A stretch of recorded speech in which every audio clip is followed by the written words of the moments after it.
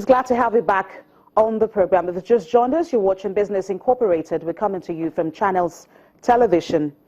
Now, the World Bank has raised its 2017 forecast for oil prices to $55 per barrel from $53 as members of the Organization of the Petroleum Exporting Countries prepare to limit production after a long period of unrestrained output. Dolapo Oni is head of energy research at EcoBank Group, and it joins me on the program to discuss how this would impact commodity-driven economies like Nigeria. Dolapo, thank you so much for joining us on the show. Thank you for having me as well. Now, do you think this forecast will be realized? Well, typically the way these forecasts work, that's an average price that we expect for the year. And of course, prices will oscillate between anywhere between 5 to 10% to the left or above or below that price. So I think we will likely see prices go quite a bit high. And if you see what they've picked as the supporting factor for that decision is really the OPEC move to freeze oil prices. Russia has agreed, and they're taking steps already. OPEC is also party to that decision. We'll see a lot of OPEC producers freezing their output and to some extent cutting their output. So I think that's enough support for oil prices. And then we've seen that demand has also been relatively steady. Chinese growth is stable. Indian growth is also stable. So the key economies that are demanding oil are showing some resilience in their economies, and we think that will continue to next year. So the market should start to balance by early next year. Now, the global lender also hinted that energy prices, including oil, natural gas and coal, are projected to jump almost 25% overall next year. Is this to be driven by increased demand for these commodities? Well, largely yes. Because the energy demand around the world is still there. Because again, if you look at the economies that Okay, Dolapo Oni, we hope we can reconnect with him, head of energy research at EcoBank Group, talking about the forecast for oil for 2017, $55 per barrel. Okay, Dolapo, it's good to have you back. We're talking about the fact that other commodities like natural gas and coal are also expected to jump by almost 25% next year. Is this to be driven by increased demand? It's largely going to be a demand-driven situation. Coal or, any other metal you look at right now.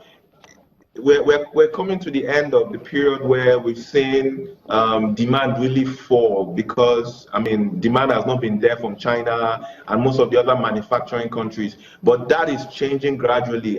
We've seen stable growth in this economy. So pretty much like oil as well, there's a supply side, but it's largely driven by the demand side. Okay, even if there is output cap by OPEC, that will not change anything? No. If you're talking about oil, the output cap by OPEC would definitely improve prices because then you have supply reducing or being constrained, and you have demand still growing. So that would, of course, drag prices a bit higher for most OPEC countries. Let's talk about how this development may shape our expectations from oil earnings. Talking about Nigeria now, how do you think we will benefit from this? What is going to be the impact of this development for us? For Nigeria, the key thing is going to be, can we increase our production? Can we sustain production? I'm never really quite concerned about the price, like my colleague Jubril said in the morning. It's really about production. Can you get production up to 2.4 million barrels per day? That's where we start to see significant impact from this.